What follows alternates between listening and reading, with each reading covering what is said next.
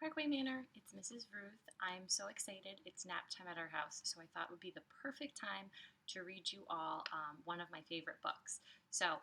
I'm very excited. Here we go. It's called Wanted, Ralfy Rabbit Book Burglar by Emily MacKenzie.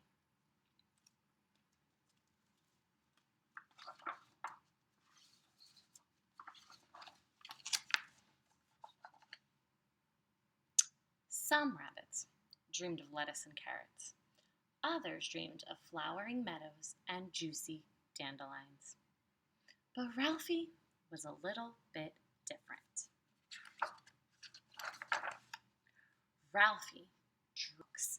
In fact, he didn't just dream about them. He wanted to read all the time. He made lists of all the books he read and gave them carrot ratings. He made lists of all the books he wanted to read, and he placed them in a category order. He even made lists of books to recommend to his family and friends. There he is, with his ratings and his books to tell Mom about, books he just read. Ralfy loved to learn new words. He loved the smell of books and the sound of pages flipping. He loved getting lost in stories, pretending he was the captain of a pirate ship or an intrepid jungle explorer. He loved books so much that he started sneaking into people's bedrooms and reading their books while they were sleeping. And then one thing led to another. Ralfy didn't just read the books, he took them home. He crept off with the comics and cookbooks and dashed away with dictionaries. He nabbed novels and pinched poetry. Ralfy had more books to read than ever before, and he was very pleased with himself.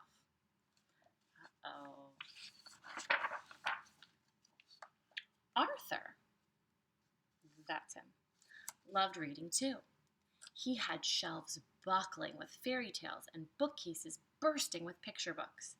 So when gaps started to appear along with half-eaten carrots and soggy lettuce leaves, and his favorite book, the biggest book of monsters ever, went missing, Arthur noticed.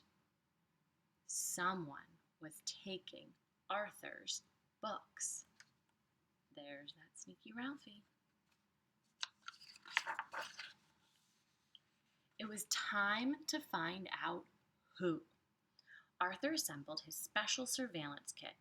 Then, with Teddy to keep him company, he sat in the dark and waited and waited. Soon he heard a rustle. Arthur frantically rummaged for his camera and his binoculars. He shined his flashlight into the dark corners of his room, and that's when he spotted Ralfy. "Stop! Come back here, you little bunny book thief!" Arthur cried. But it was too late. Arthur was furious. He told his mom, but she just laughed. "A bunny book thief? Arthur, I think your imagination is running wild." He told his teacher, but she just said, "Arthur, I want you to go away and have a long, hard think about what you're saying." What could Arthur do? That rascally rabbit had taken his favorite book of all time, and no one believed him. There was only one thing to do.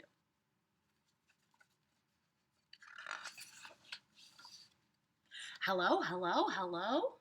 Arthur called his local police station. "A bunny book thief, you say? Well, imagine. Was there any unusual about this rabbit? Can you give me a description?" said Officer Puddle, snickering. "Well, he was brown," said Arthur, "with a fluffy white tail. Oh, and he was wearing a t-shirt that said, 'I love books.' With that, Officer Puddle laughed out loud.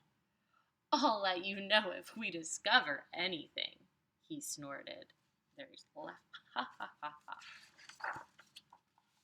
That night, Arthur felt fed up. He went to bed without a story, and he hardly slept at all. Meanwhile, Ralfy had found another house with plenty of books to steal.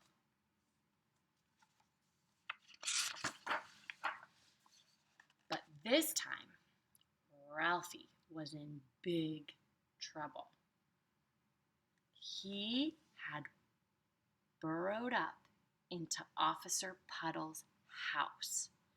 "Well, well, well, what have we here?" said Officer Puddle. "Could it be a little bunny book thief?"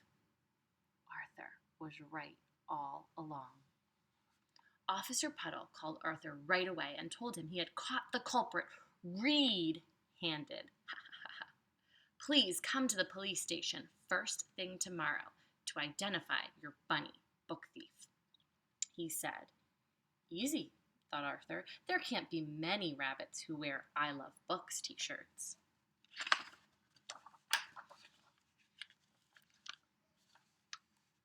But he was wrong. There were so many rabbits, and they were all wearing them. This was going to be harder than he thought.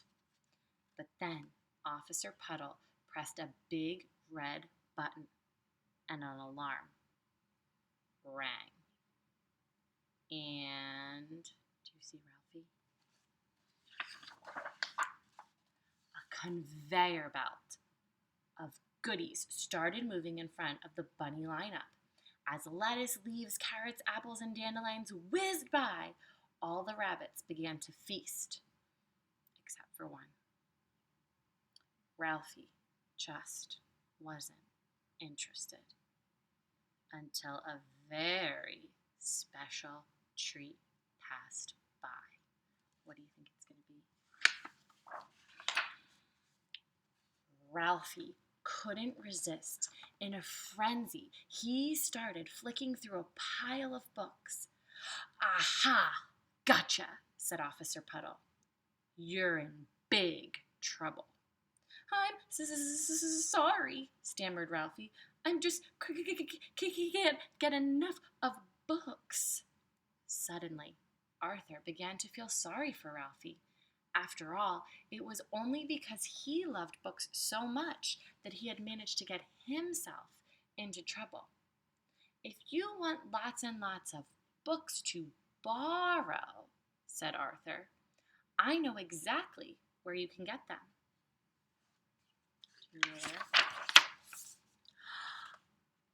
The library!